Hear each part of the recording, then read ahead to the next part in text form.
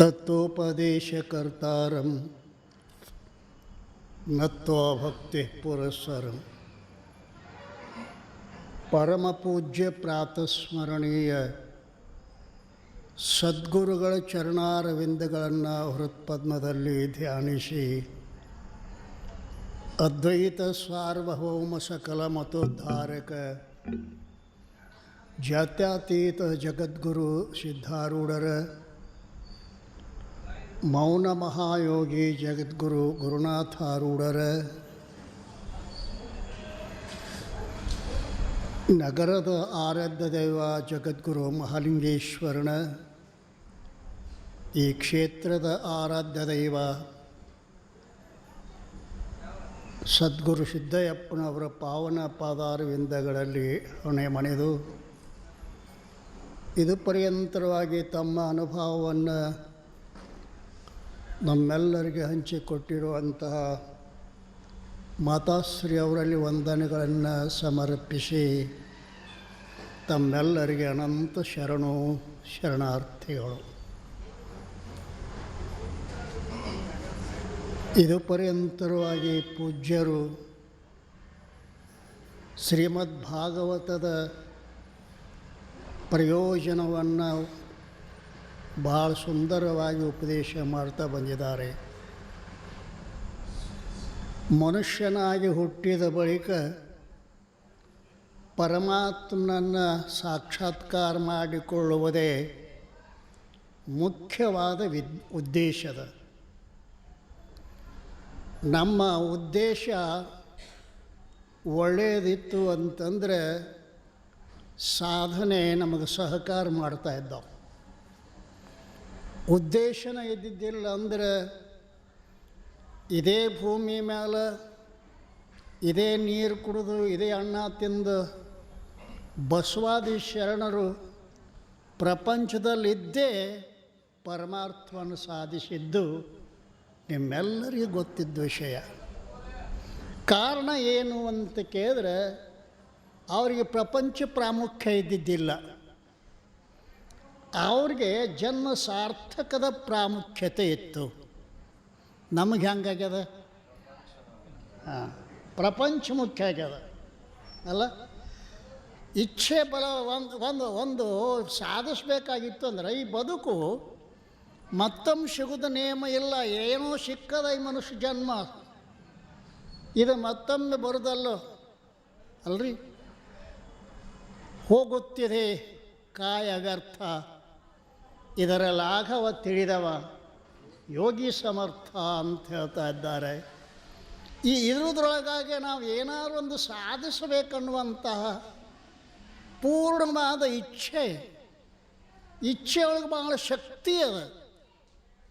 ಯಾವುದನ್ನು ಇಚ್ಛೆ ಮಾಡ್ತೀರಿ ಆ ಇಚ್ಛೆಗೆ ನಿಮ್ಮ ಕರ್ಣಗಳು ಅದರ ಮನಸ್ಸ, ಬುದ್ಧಿ, ಚಿತ್ತ, ಅಹಂಕಾರ, ಹೆಂಡ್ರು, ಮಕ್ಕಳು ಸಹಕಾರ ಕೊಡ್ತಾರೋ. ನೀನು ಇಚ್ಛಾನ ಇದ್ದಿದ್ದಿಲ್ಲ ಅಂದರೆ, ನಾವು ಉದ್ಧಾರ ಆಗಬೇಕು ಅನ್ನೋ ಇಚ್ಛಾನ ಇದ್ದಿದ್ದಿಲ್ಲ ಅಂತಂದರೆ, ರಾಮಕೃಷ್ಣ ಪರಮಹಂಸರಂತೆಗೆ ಬಂದ ದೇವ್ರನ್ನ ಕಾಣಬೇಕಂತಂದ್ರೆ ಏನು ಮಾಡ್ಬೇಕ್ರಿ ಅಂದ. ಹಾಗಾರೆ ಏನು ಅಡ್ಡಿಲ್ಲ, ನದಿಗೆ ಹೋಗೋನು ನಡಿ ಸ್ನಾನಕ್ಕೆ ಕರ್ಕೊಂಡು ಹೋದರು. ನದಿಯಾಗಿ ಹೇಳಿದ್ರು, ಬಾ ನನ್ನ ಜೊತೆಗೆ ನೀನು ಸ್ನಾನ ಮಾಡೋಕ್ಕೆ ಬಾ ಅಂದರು. ಅವನು ಬಂದ, ಒಳಗೆ ತೊಗೊಂಡೋಗಿ ಮುಣಗಿಸಿದ್ರು. ಅವನ್ನ ಪರಮಹಂಸರು ಮುಣಗಿಸಿ ಮ್ಯಾಗ ಗಟ್ಟಿಯಂಗೆ ಹಿಡಿದ್ರು. ಅಂದ, ಎಷ್ಟೋ ತಕರಿ ಬಿಡಿಸ್ಕೊಳಕ್ಕೆ ಪ್ರಯತ್ನ ಮಾಡಿದ ಬಿಡವಲ್ರು. ಗಸಕನ ಎತ್ತು, ಏನು ರೀ ದೇರ ತೋರಿಸೋದು ಮೊದಲು ನನ್ನ ಸಾಯಿಸ್ಬೇಕತ್ತೀರೇನು ಅಂದ.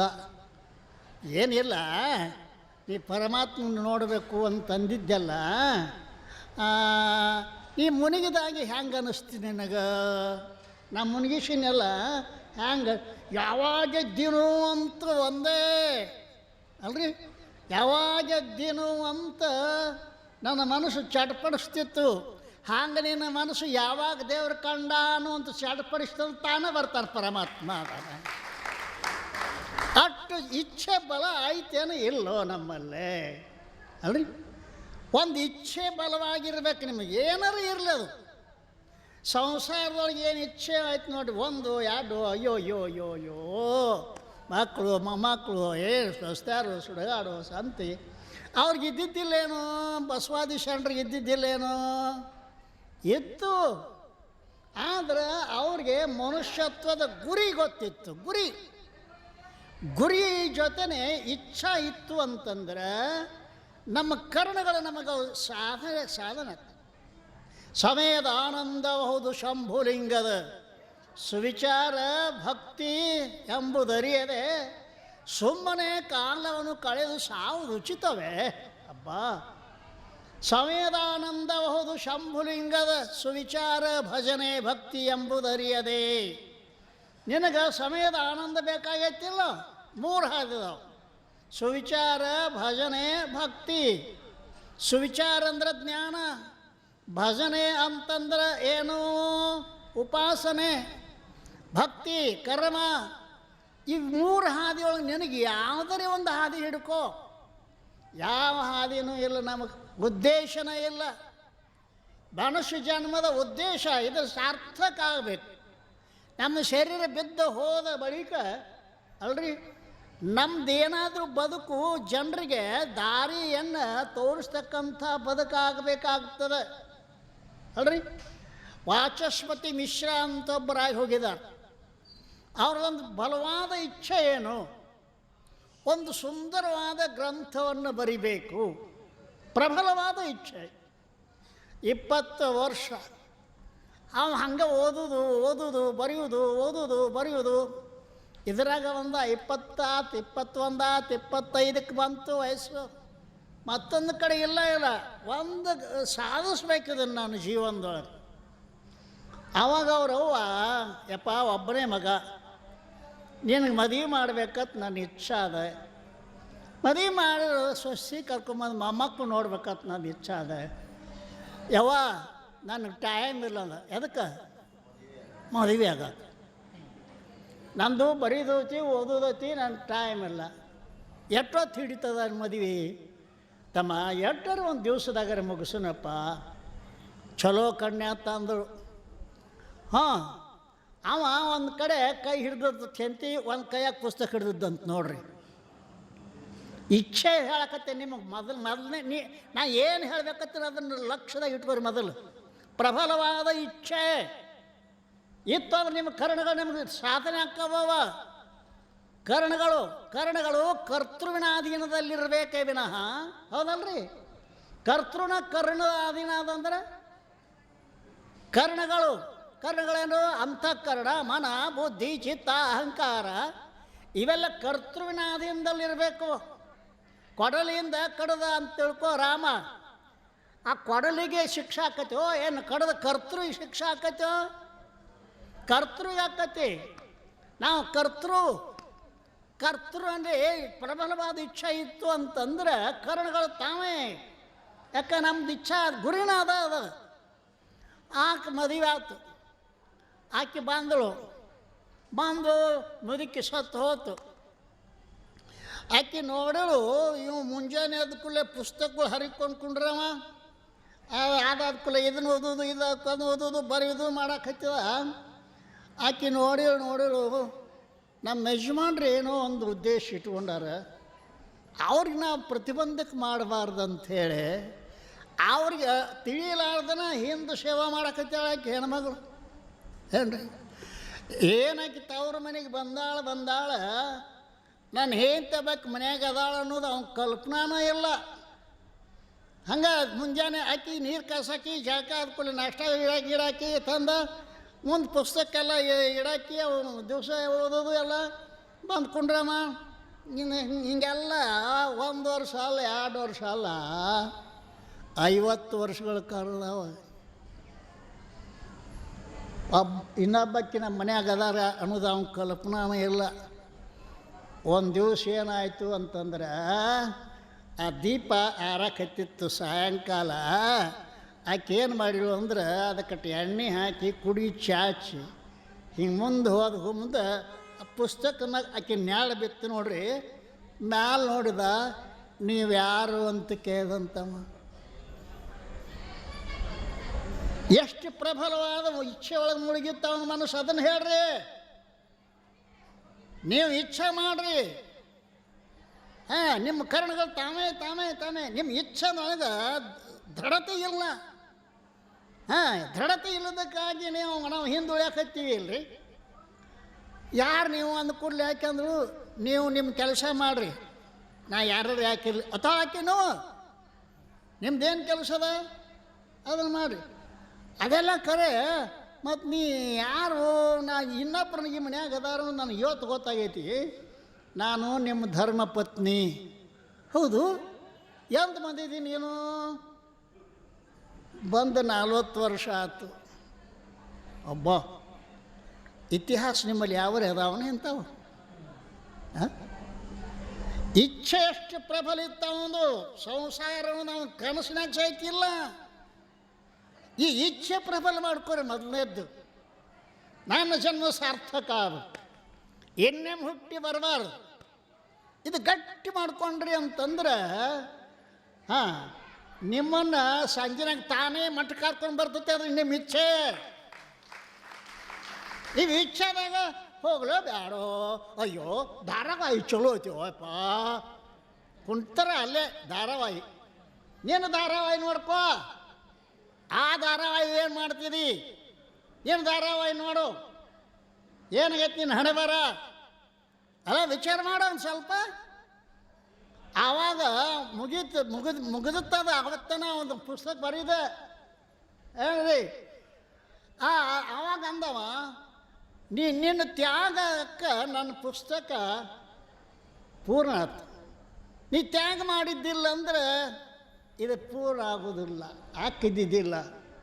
ನಿನ್ನ ಹೆಸರೇನೋ ಭಾಮತಿ. ಆವಾಗ ನಿನ್ನ ಹೆಸರನ್ನು ಈ ಪುಸ್ತಕ ಇಡ್ತ ಅಂತೇಳಿ ಭಾಮತಿ ನಿಬಂಧ ಅಂತ ಆಕೆ ಹೆಸರು ಪುಸ್ತಕ ಇಟ್ಟು ಆಕಿನ ಉಡಿಯಾಗಿ ಹಾಕಿದದ. ಇದೊಂದು ನಿನ್ನ ಮಗ ಅಂತ ತಿಳ್ಕೊ. ಮಕ್ಕಳು ಏನೇನು ಮಾಡಿ ಹಾದಿ ಬಿಟ್ಟು ಏನು ಮಾಡ್ತಿದ್ದು, ಈ ಮಗ ಇದಿರೋ ತನಕ ನಿನ್ನ ಕೀರ್ತಿಯನ್ನು ಬೆಳಗ್ತದ, ಇದನ್ನು ತಗೋ ಅಂತ ಉಡ್ಯಾಗ ಹಾಕಿದತ್ತವ. ಆಕೆ ಉಡ್ಯಾಗ ಎಂತಿಂಥವ್ರಾಗ ಹೋಗ್ಯಾರ ಯಪ್ಪ ನಮ್ಮ ದೇಶದಾಗ. ನೀವು ಬರೀ ಇದೇ ಮಂದಿನ ಗೊತ್ತಾಯ್ತು, ನಿಮ್ಮ ಮತ್ತೊಂದು ಮಂದಿನ ಗೊತ್ತಿಲ್ಲ ನಿಮಗೆ ಅಲ್ಲ. ಹ್ಯಾಂಗೆ ಈ ಪ್ರಪಂಚದಿಂದ ಪಾರಾಗಿ ಹೋದರು. ಎಲ್ಲ ಅದ ಹೆಂಡತಿ, ಅದ ಮಕ್ಕಳು, ಅದ ಇದ್ರು, ನೀವು ಉಪಯೋಗ ಮಾಡ್ಕೋದ್ರು ಪದ್ಧತಿ ನಿಮ್ಮ ಕಡೆ ಅದ. ಹೌದಲ್ರಿ? ಉಪಯೋಗ ಮಾಡ್ಕೊಂಡು ನಿಮ್ಮ ಪದ್ಧತಿ ಅದ. ಆದ್ದರಿಂದ ಮನುಷ್ಯನಾಗಿರ್ತಕ್ಕಂಥವ ಮೊದಲು ನಾ ಯಾಕೆ ಹುಟ್ಟಿ ಬಂದೀನಿ, ನನ್ನ ಕರ್ತವ್ಯ ಏನು? ಮೊನ್ನೆ ಹೇಳೇನು ಇಲ್ಲ, ಅರಿವಿ ಅಂಗಡಿ ಮುಂದೆ ನಿಂತಿರ್ತಾವಲ್ಲ ಹೆಂಗಸ ಗಂಡಸ, ಯಾರು ಹೋಗಿ ಈ ಹುಡುಗಿ ನಮ್ಮ ಹುಡುಗಿ ಕೊಡ್ತೀರಿ ಅಂತ ಕೇಳ್ಯಾರನೇ ಯಾರೇ? ಹೆಂಗೆ ನಿಂತಾವ ನೋಡ್ರಿ, ಅವು ಎಷ್ಟು ಚಂದ ಅದಾವ ಅಲ್ರಿ. ಅಂದ್ರೆ ನಾ ಹುಟ್ಟಿ ಯಾಕೆ ಬಂದನೆ ಅನ್ನೋದು ಗೊತ್ತಿಲ್ಲ ಅಂದ್ರೆ ನೀವು ಒಂದು ಅರಿವಿ ಅಂಗಡಿಗೆ ಮುಂದಿನ ಗೊಂಬಿದ್ದಂಗತ್ತ ತಿಳ್ಕೊರಿ. ನೀವು ತಿಳಿತಾ? ನನ್ನ ಜನ ಸಾರ್ಥಕ ಹೆಂಗೆ ಆಕತಿ ಅನ್ನೋ ಕಲ್ಪನೆ ಇಲ್ಲ ಅಂತಂದ್ರೆ ತಿನ್ನೋದಾತು ಉಣೋದಾತು ಅಲ್ರಿ, ಅದಾತು.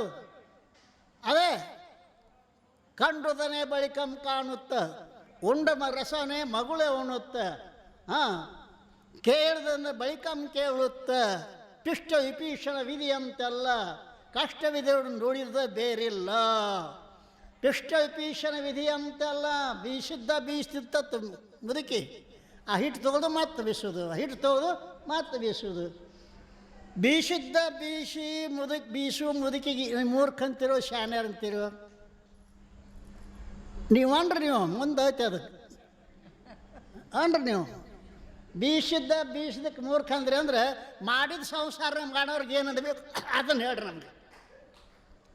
ಅದ ಹೆಂಡತಿ, ಅದ ಮಗ, ಅದ ಹೊಲ, ಅದ ಮನೆ, 2 ದಿವ್ಸಕ್ಕಾಯ್ದು ಹಿಂಗೆ ಹೋಗೋದು. ಅದು ಬೇರೆ ಒಂದು ಹಾದಿ ಹುಡುಕ್ರಿ. ನನ್ನ ಜನ್ಮ ಇನ್ನು ಹುಟ್ಟಿ ಬರ್ರಂಗೆ ಮಾಡ್ಕೋಬೇಕು ಅದಲ್ರಿ.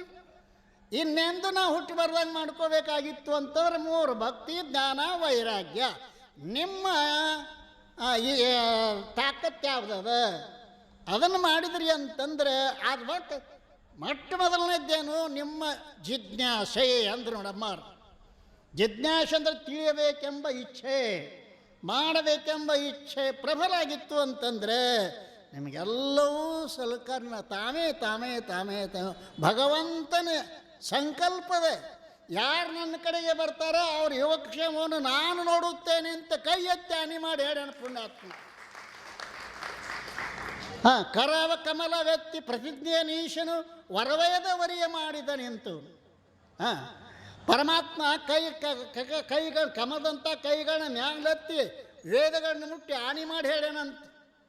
ಯಾರು ನನ್ನ ಹತ್ತಿರ ಬರ್ತಾರೆ ಅವ್ರ ಯೋಗಕ್ಷೇಮವನ್ನು ನಾನು ನೋಡಿಕೊಳ್ಳುತ್ತೇನೆ. ನೀವು ಸಂಸಾರ ಚಿಂತೆ ಬಿಡ್ರಿ, ಅವನ ಮ್ಯಾಗ ಹಾಕ್ರಿ. ಅವಂದದ ಎಲ್ಲ, ನಿಮ್ದೇನದ ನಿಮ್ದೇನದ ಏನಿಲ್ಲ ಬಿಡು. ಅಂದ ಹಿಂಗಾಗಿ ಸಿಕ್ಕೊಂಡು ಕುಂತಿದ್ದಿ ಮನುಷ್ಯ. ಇಳಿ ನಿಮ್ಮದಾನ, ಬೆಳೆ ನಿಮ್ಮದಾನ, ಸುದು ಬೀಸುವ ಗಾಳಿ ನಿಮ್ಮದಾನ, ನಿಮ್ಮದಾನವನ್ನುಂಡು ಹಣ್ಣೆರಡು ಹೊಗಳು ಕುಂಡಿಗಳನ್ನೇನೆಂಬೆ ರಾಮನಾಥ ಅಂದಾರಲ್ಲ. ಆ ಭಗವಂತ ಎಲ್ಲ ನಿಂದು ಅನ್ನು ಬಾಡ್ಸರ, ನಂದು ಅಂದಿ ಬೆತ್ತ ಏಟ ಹೌದಲ್ರಿ, ನಂದು ಅಂದಿ ಏಟ್ ಬೆತ್ತ. ಆದ್ದರಿಂದ ನಮ್ಮ ಪ್ರಬಲವಾದ ಇಚ್ಛೆ ತಯಾರು ಮಾಡಿರಿ. ಮೊದಲು ನಿಮ್ಮ ಪ್ರಬಲವಾದ ಇಚ್ಛೆ ತಯಾರು ಮಾಡಿ. ಇನ್ನು ಹುಟ್ಟಿ ಬರಂಗಿಲ್ಲ ನಾನು ಅಲ್ರಿ. ಗಟ್ಟಿ ಐತೆ, ಗಟ್ಟಿ ಐತಾನಿಲ್ಲ. ಹಾಂ, ಸದ್ಗುರುನಾಥ್ ಮಹಾರಾಜ್ ಕಿ ಜೈ.